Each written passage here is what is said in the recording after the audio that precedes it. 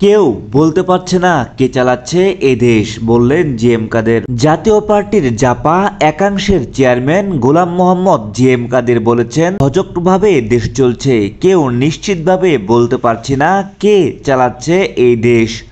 সরকারের মধ্যে আরেকটি সরকার আছে, সেই সরকার নাকি দেশ পরিচালনায় গুরুত্বপূর্ণ ভূমিকা রাখছে।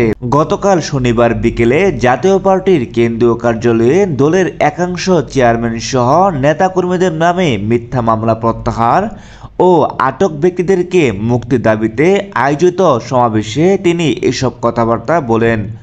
পরে গণমাধ্যমে দলের পাঠানো সংবাদ বিজ্ঞপ্তিতে তা জানানো হয়। সমাবেশে জিএম কাদের বলেন, সরকারি দলও নাকি অনেকগুলো দাঁড়িয়ে গেছে, কোনো নিবন্ধন নেই এমন দলের কিছু অংশ সরকারে আর কিছু অংশ বাইরে আছে। সরকারি দলের সব সুযোগ সুবিধা তারা ভোগ করছে। তাদের বক্তব্য ও বিবৃতি অত্যন্ত গুরুত্বপূর্ণভাবে সরকার গ্রহণ করছে। বিএনপি ও জামায়াতে ইসলামের মতো বড় দুই দলও সরকারি দলের মতো সুযোগ সুবিধা ভোগ করছে বলে জিএম কাদের অভিযোগ করেন। তিনি বলেন, আরও ছোট ছোট কিছু দল আছে যারা কোনোদিন নির্বাচন করেনি অথবা নির্বাচিত হয়ে গুরুত্বপূর্ণ কোনো দায়িত্ব পালন করেনি, তারাও সরকারি দলের সব রকম সুযোগ সুবিধা ভোগ করছে।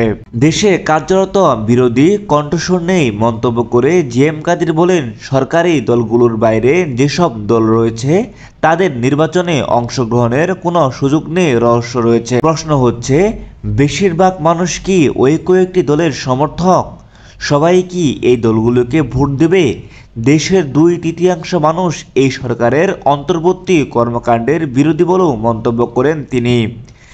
জাতীয় পার্টি দেশের বৃহৎ জনগোষ্ঠীর মুখপাত্র উল্লেখ করে জিএম কাদের আরও বলেন, এ কারণে জাতীয় পার্টির উপর অত্যাচার ও নির্যাতন চলতেই রয়েছে। জাতীয় পার্টির নেতা কর্মীদের নামে একের পর এক মিথ্যা মামলা দেয়া হচ্ছে।